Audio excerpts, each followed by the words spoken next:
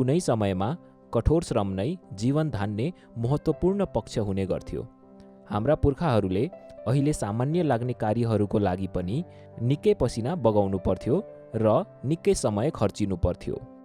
तर अहिले हाम्रो जीवन तुलनात्मक रूपमा निकै सहज र विलासी भएको छ। यो सबको श्रेय कालान्तरमा मानिसले गर्दै आएको नयाँ खोज र आविष्कारहरूलाई जान्छ। त्यसैले आजको हाम्रो भिडियो त्यस्ता महान आविष्कारहरूमा समर्पित छ। नमस्कार, स्वागत छ तपाईहरूलाई विश्व विशेषमा। तपाईहरूलाई यस्तो जानकारीमूलक भिडियो मन पर्छ भने सब्स्क्राइब गरेर छेउको घन्टी बजाइदिनुहोला। आउनुहोस् अब चर्चा गरौँ विश्वका 10 महान आविष्कारहरूको बारेमा। यी आविष्कारहरूलाई हामीले पहिलो, दोस्रो, तेस्रो गरेर कुनै निश्चित श्रेणीमा राखेका छैनौँ, किनकि सबै आविष्कारहरू आफ्नो स्थानमा निकै महत्त्वपूर्ण छन्। तर सहजताको लागि नम्बर मात्र दिएका छौँ। 10औं स्थानमा छ एनेस्थीसिया अर्थात् बेहोस गर्ने औषधि। एनेस्थीसियाको आविष्कार हुनु अघि बिरामीहरूलाई होसमै राखेर अपरेसन गरिन्थ्यो। अपरेसन गर्ने डाक्टरका साथमा बिरामीलाई सम्हाल्नको लागि बलिया मानिसहरूको आवश्यकता पर्थ्यो।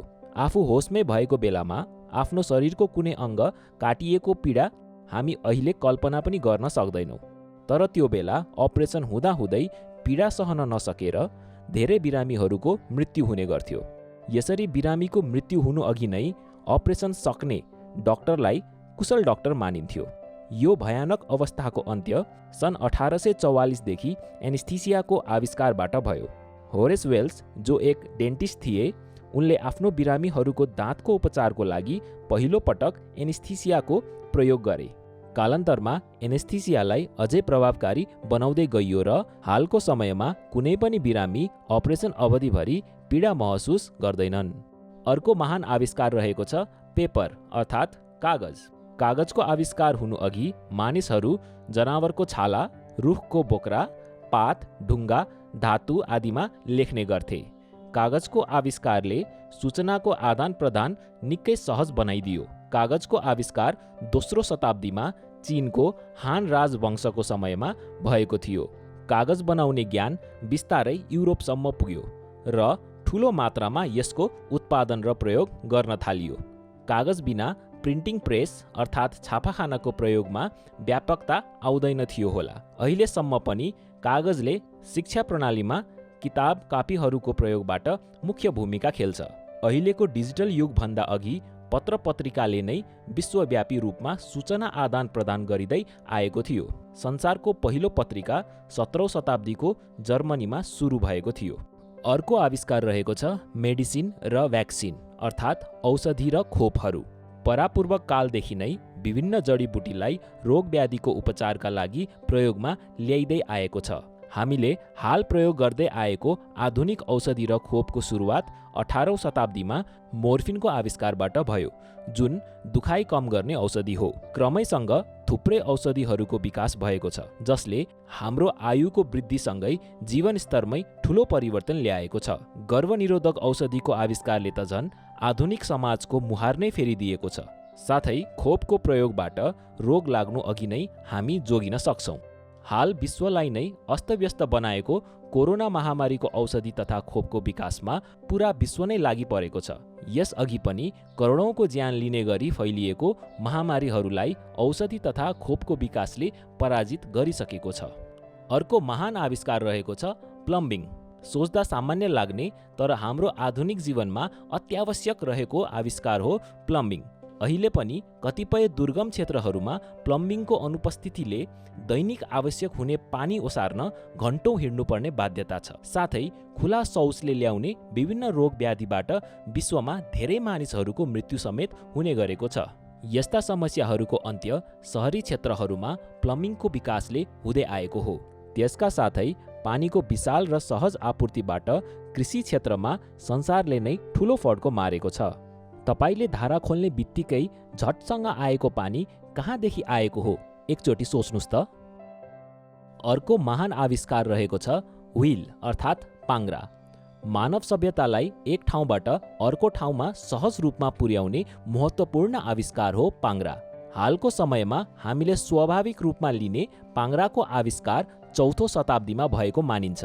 विभिन्न सामानको ढुवानीदेखि व्यापार व्यवसाय सञ्चालनसम्म सबै ठाउँमा पाङ्ग्राको प्रयोग भएको छ।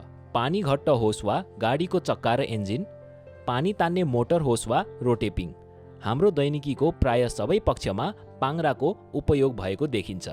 यसरी संसारकै प्रगतिलाई पाङ्ग्राको प्रयोगले द्रुत गतिमा कुदाएको छ। अर्को महान आविष्कार रहेको छ लेन्स। कमजोर आँखाहरूको लागि वरदानजय भएको लेन्सको आविष्कार त्यतिमा मात्र सीमित छैन। लेन्सको प्रयोग सूक्ष्म जीवाणुको अनुसन्धान गर्न माइक्रोस्कोपमा गरिन्छ, जसले आधुनिक औषधि उपचारमा अहम भूमिका निर्वाह गर्छ। साथै लाखौं करोडौं कोष पर भएको ग्रह तथा तारागणहरूको खोज तथा अनुसन्धानमा लेन्सकै प्रयोग हुन्छ। फोटो र भिडियो जुन वर्तमानको सूचना तथा मनोरञ्जनको आदान प्रदानको माध्यम हो, त्यसलाई पर्दामा उतार्ने काम क्यामेरामा जडित लेन्सले नै गर्छ। 11औं देखि 13औं शताब्दीतिर सिसाको लेन्सको प्रयोगको सुरुवात भएको थियो भने हाल आएर लेन्स निर्माणमा विभिन्न प्लास्टिकजन्य वस्तु प्रयोग गरिन्छ। पक्कै पनि हामी मध्ये थुप्रैजना यो भिडियो हेर्न चस्माको लेन्सकै प्रयोग गरिरहेका छौँ। अर्को महान आविष्कार रहेको छ रेफ्रिजरेटर अर्थात् फ्रिज। 17औं शताब्दीको मध्यतिर नै रेफ्रिजरेसनको सुरुवात भई 18औं शताब्दीमा यसको आधुनिकीकरण गरिएको थियो। पहिलो बरफ बनाउने मेसिन 1854 मा विकास गरिएको थियो भने हामीले घर घरमा प्रयोग गर्ने फ्रिज चाहिँ सन् 1913 मा विकसित गरिएको थियो। अहिले आधुनिक जीवनशैलीको एक अत्यावश्यक वस्तुको रूपमा फ्रिजलाई लिइन्छ। खानालाई लामो समयसम्म प्रयोग योग्य राख्न फ्रिजमा स्टोर गर्ने बाहेक अरू कुनै उपायको कल्पना हामी गर्न सक्दैनौँ। त्यसैले फ्रिजको कारणले खाद्य वस्तुहरू कम खेर जाने गरेको छ। फ्रिजको प्रयोगले खाद्य उद्योगहरूको सहजीकरण र विकास पनि हालसम्म उल्लेख्य रूपमा भएको छ। फ्रिजकै कारणले विश्वको कुनै पनि कुनामा उत्पादन भएको खाद्य वस्तु जहाँ पनि उपभोग गर्न सकिने भएको छ। अर्को महान आविष्कार हो कम्प्युटर।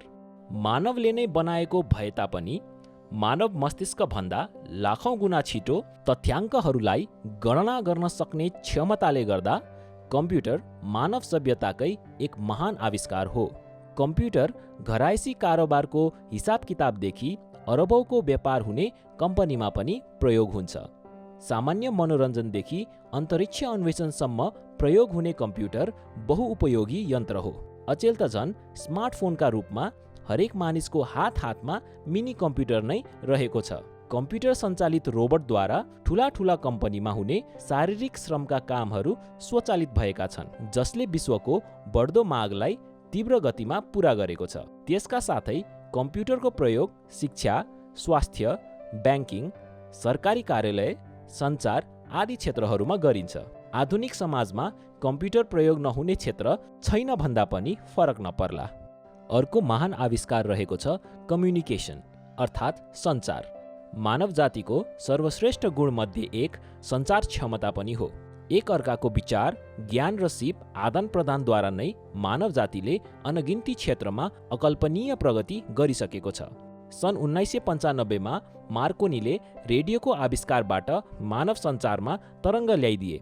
सन् 1912 मा टाइटानिक जहाज दुर्घटना हुँदा रेडियोकै कारणले मानिसहरूको ज्यान जोगिएको थियो। तपाईलाई सुन्दा अचम्म लाग्न सक्छ, तर टेलिफोनको आविष्कार रेडियोभन्दा पहिले भएको थियो। त्यसपछि क्रमैसँग थुप्रै उपकरणहरूको आविष्कार भयो, जसमध्ये इन्टरनेट प्रविधिले विश्वलाई नै झन साँघुरो बनाएको छ। एउटा कुनामा बसेर इन्टरनेटको माध्यमबाट हामी संसार निहाल्न सक्छौँ।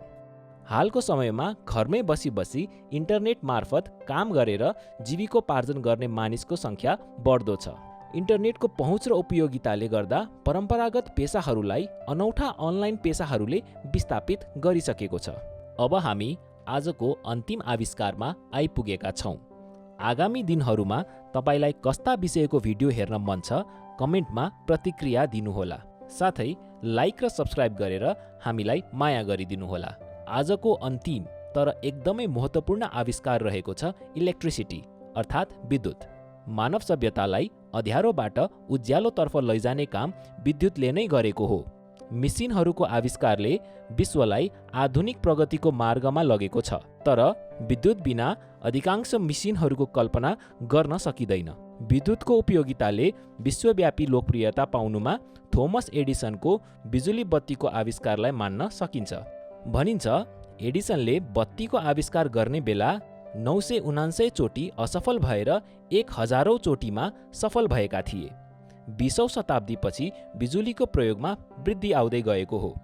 नेपालको जलविद्युत क्षमता यति विशाल छ कि यदि सबै नदीहरूबाट विद्युत उत्पादन गर्ने हो भने अमेरिकाको विद्युत उत्पादन क्षमताको आधा नेपालले नै पुर्याउन सक्छ। यी थिए विश्वका 10 महान आविष्कारहरू। आशा छ तपाईहरूलाई आजको सामग्री मन पर्यो होला। हाम्रो अरू भिडियो हेर्नको लागि तपाईले स्क्रिनमा देखाइएको भिडियोहरूलाई क्लिक गर्न सक्नुहुन्छ। साथै हामीलाई लाइक, शेयर र सब्स्क्राइब गर्न नभुल्नुहोला। धन्यवाद।